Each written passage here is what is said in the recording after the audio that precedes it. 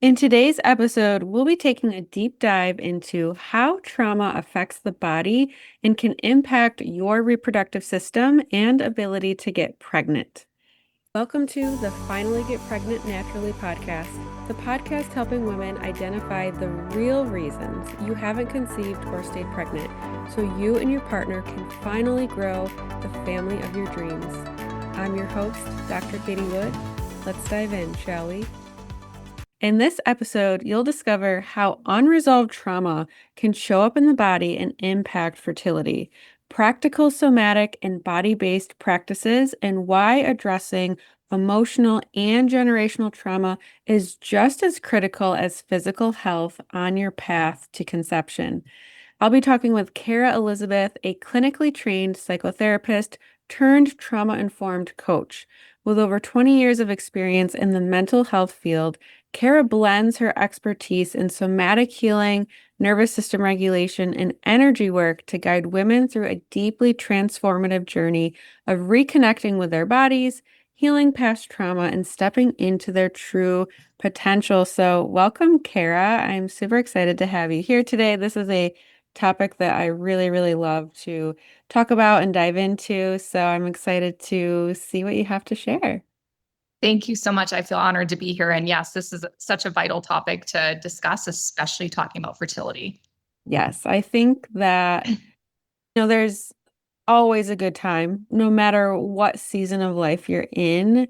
It's always a good time to dive into this work. But I feel like the fertility season is a really magical time because not only can it have a positive impact on you, but then also on future generations as well. So it's just a really beautiful time, I think, to become acquainted with and dive into this work if you feel called to. With that said, I'd love to hear maybe your definition or thoughts around what trauma is, what generational trauma is, just for any listeners who maybe aren't really aware of what that means or what that looks like. I know when I was first introduced to it, I was like, trauma? I don't have any trauma. So I think it can be kind of like a newer concept for some people.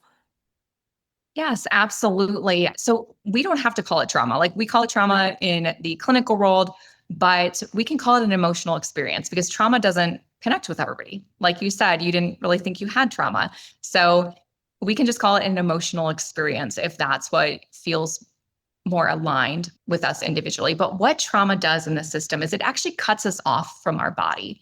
So we live in our heads, we live in our thoughts, we live in our perceptions. We try to figure things out. We try to use the mind to impact what's going on in our world. And we generally lose feeling of what's happening in our bodies because it doesn't feel safe to feel emotions.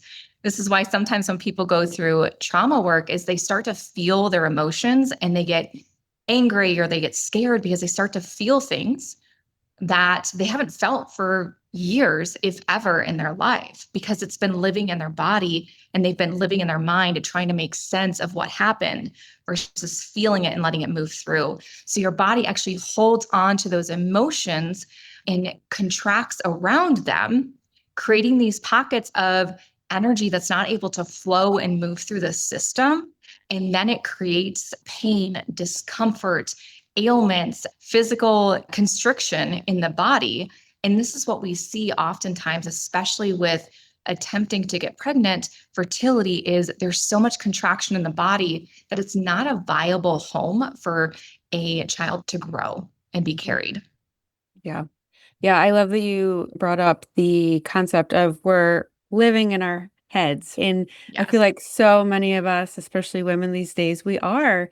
And I struggled to get pregnant as well. And it's so easy to get into a fix it mentality, like Yes. feeling like you need to fix your body. And that's really, really getting you stuck in your logical brain. Like you just want to rationalize absolutely everything.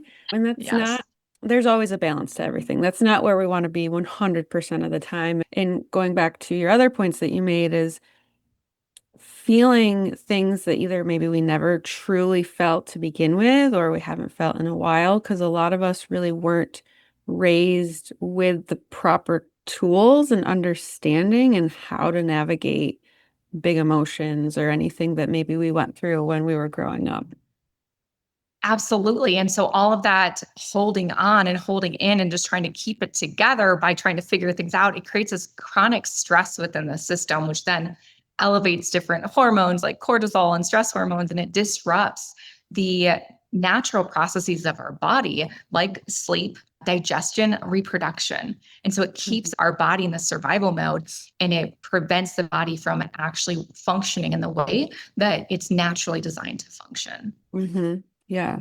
I feel like we've touched on my first question already was Yeah. really how does unresolved trauma manifest in a woman's body and how can it affect reproductive health and fertility? Do you have any more to add to that, or do you feel like we've kind of Um, covered all of it?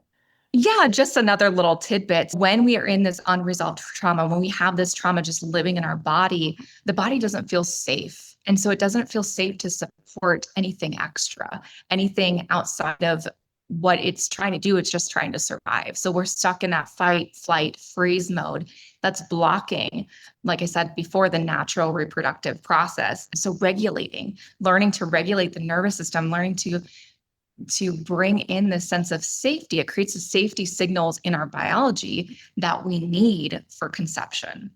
Mm-hmm. And oftentimes I hear from a lot of women that they've tried absolutely everything. They've taken all of the supplements, they've had the labs and the tests done, and they feel like there's nothing more that they can do. And that's not necessarily the case because a lot of times this aspect of our health and vitality and fertility is not being addressed. Exactly. And what I response to that is maybe you have done everything, but we're not here to do. And so you're doing all the things, you're checking all the boxes, but you're not being in yourself. You're not being in your body. You're not being in a regulated state within your nervous system.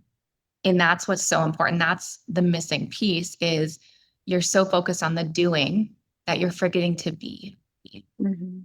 Yeah, absolutely. And I like to remind my clients like it's a daily thing that you really have to show up and choose and put work and effort into. It's not like a one and done and that's it. It's really a daily choice that you have to choose and some days are going to be a lot easier than others. Absolutely. And when it comes to energetics, we want to talk about the energetics of receptivity. So the uterine receptivity depends on blood flow and calm. Stress reduces this, and energetically, the body, the womb mirrors the woman's ability to receive love, to receive rest, to receive abundance. When we have this stress, and especially when we're talking about fertility and we want to be a mom so bad and we want to get pregnant, but we have this stress and it's creating this contraction. And that contraction is then contracting, constricting the blood flow to the body, to the womb, to the uterus. And so when we're in this contracted state, it's like our body is, again, just trying to hold on and we can't receive. And our body isn't a viable environment for a Mhm. fetus to grow. Yeah, 100%. And so I'd love to hear your take on trauma that's stored in the body. Do you feel that that can contribute to conditions like PCOS, endometriosis, recurrent miscarriage, even premature ovarian insufficiency? Because I just feel like we're seeing that so much these days as well. Yeah, it's crazy how much we're seeing these things happen today versus when we think about 20, 30 years ago.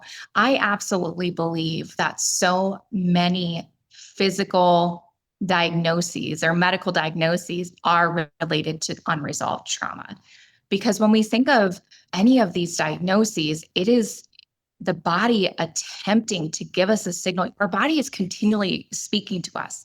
And when we're in a state of living in our head and not connected to our body has to get louder and louder and louder to get our attention. And Mhm. that's the way that it does it. It gets sick, it gets diagnosed, it gets PCOS, it's whatever it has to do to get our attention to say, look at me, yeah, meet my needs.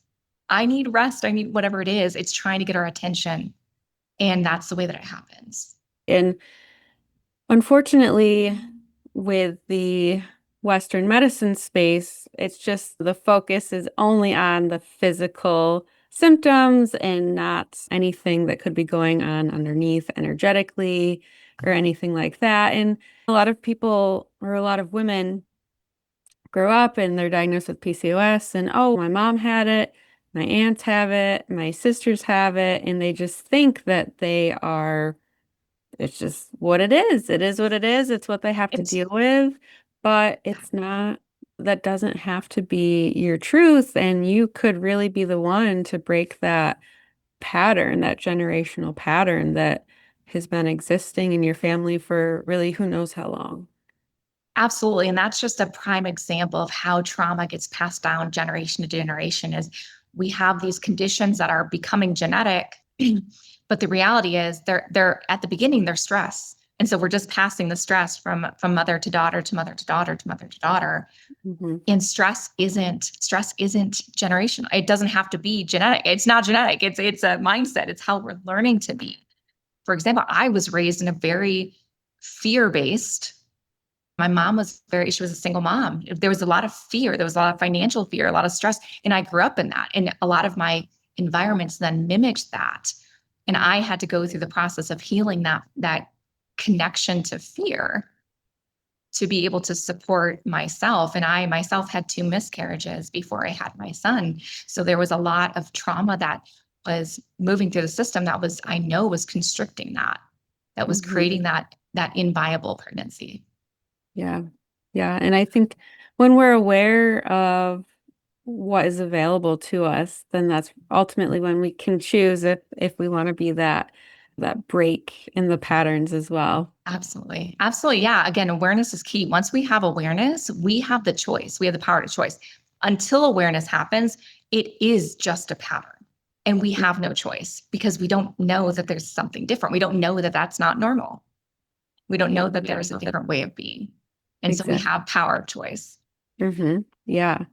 So I'd love to hear what are some somatic or body-based practices that you have your clients use to support their reproductive health while healing trauma? Absolutely. So I always like to talk about micro action steps, micro behaviors, because everybody thinks, oh, just go to yoga. Oh, just do breath work. Oh, just do, and it's okay. It doesn't work that way. First of all, it's not easy. You can go and do the yoga poses. You can do all the things and not embody them. So I always like to say, taking micro action steps every day, deciding to do a breath of safety, which is an inhale, like inhaling for a count of 4, exhaling for a count of 8, like elongating the exhales out. That's going to help drop you into your body. It's going to help take your mind out of what's going on because you're going to be counting and you're going to be counting longer. And then it's slowing down the nervous system, it's slowing down the anxiety or whatever is going on as you exhale out 8 and making a conscious effort to do this a couple of times a day and just get curious. Oh, this crazy lady on this podcast told me to do this. Let me just see what happens. Or just get curious about what might happen. And then choosing some, again, ways. I'm in my community right now. We're doing a 30 days of joy, choosing micro moments of joy, feeling the sunlight, the morning sunlight on your skin, or dancing to a song, choosing some moments of joy, especially during this process of infertility, is going to help support your nervous system in feeling safe because joy is an emotion that evokes safety within the system. I'm safe enough to feel joy. I'm safe enough to receive this moment of joy, of laughter, of love, of whatever it might be. But Mhm. really being able to choose some activities of joy throughout your days or your weeks. And then the final thing I'd love to have people do is just connect to the womb space, just one hand on the belly or both hands on the belly, closing your eyes and just taking deep belly breaths into that womb space and breathing in love and compassion. Maybe saying something like, I'm safe. It's safe to receive. I'm in a state of safety and regulation, whatever it might be that supports you. But just start connecting with your actual body, start connecting with your actual womb space and seeing Mhm. what she might have to say to you. Maybe thoughts will come up or maybe memories will come up. Listen to those, follow those moments of, oh, I didn't realize this memory was still stored here. I was still like, I hadn't felt it for years. Yeah, I've been numb, but it's still here and it's giving you an insight. Yeah, and I feel like when you start doing practices like that, you become more in tune with your intuition. And because you really have to trust, right? Like when things Yes. do come up, it's so easy to be like, that's weird. I don't know why that came up. Like we just want to brush Hmm. it off, but it's really no, you want to trust whatever's coming up, even if it doesn't make any logical sense, because it Exactly. doesn't have to be logical. That's our brain wanting to make it Yes. logical. You really have to trust that. And I feel like that's where our intuition comes into play, which for me, on my experience in motherhood, like being connected to your intuition is so vital during your pregnancy, during birth, postpartum, raising your children. Like it's definitely something that you want to reconnect to and rekindle that connection if you have been disconnected from it for some time. Absolutely. And I always like to make sure my clients know too is you are the expert of your body, not the doctor. The doctor is the expert of the concepts of your body. You are the expert of your body. And when we can attune to that, we can say, this doesn't feel right. Even if the doctor's saying, oh, that's normal. No, no, this, I'm telling you, this doesn't feel right. And I want to get a second opinion or I want whatever it might do. Because then you, again, you're taking ownership of your body. You're taking that back and you're saying, oh, I trust this. Like you said, intuition. Oh, I trust my body and my body can trust me because I'm going to listen to it when it gives me these messages. And I'm going to follow it and I'm going to honor its needs and I'm going to fight for it in a way that I maybe haven't been my whole life. Mm-hmm. 100%. Yeah. So, why would you say healing this emotional and generational trauma, why is that just as important as focusing or healing our physical health when trying to conceive? Yeah, because our we need a foundation to grow on. We need a foundation to move up on. And when our basic needs are not met, and one of our basic needs is environment, and your main environment is your body. When your body isn't taken care of, when it's not feeling safe, it's going to reject anything. This is also why we see our body rejecting pregnancies at sometimes because it feels like a foreign object, right? And that when anything foreign feels unsafe to the body because we haven't supported it. It doesn't know that we're going to take care of it through this. It doesn't know that this is safe. It perceives anything that's different as dangerous. So by helping to rewire the nervous system, saying, hey, I'm safe right now. This isn't dangerous. This is a baby growing and I want this baby and I love this baby and whatever that might be, I'm safe to grow this tiny human inside of me for Mm-hmm. 9 months. And then my body will be mine again. But right now it's seeing like the fetus takes so much nutrients from us that the body's trying to hold on to because it doesn't feel safe. And so sometimes there is that rejection of the fetus as well. Mm-hmm. So, if any of the listeners really start exploring and diving into this work, what would you say are some signs that a woman might notice that when she is starting to release trauma from her body? Emotions. You're going to start feeling emotions when maybe you haven't felt emotions before. Maybe you weren't a crier and all of a sudden you're a crier and you're like, I don't like this. I get it. Feeling emotions sucks. Sometimes it just does. But you have so much. Once we start releasing the emotions you carried for so long and we start processing emotions at the time they're occurring, it won't be as heavy. It won't feel as overwhelming. Mm-hmm. But really starting to feel a lot of emotions. And maybe I've had people say, I feel crazy. I know you do. You're not crazy. You're just feeling everything you've stored for years, maybe decades, maybe your entire life at one time.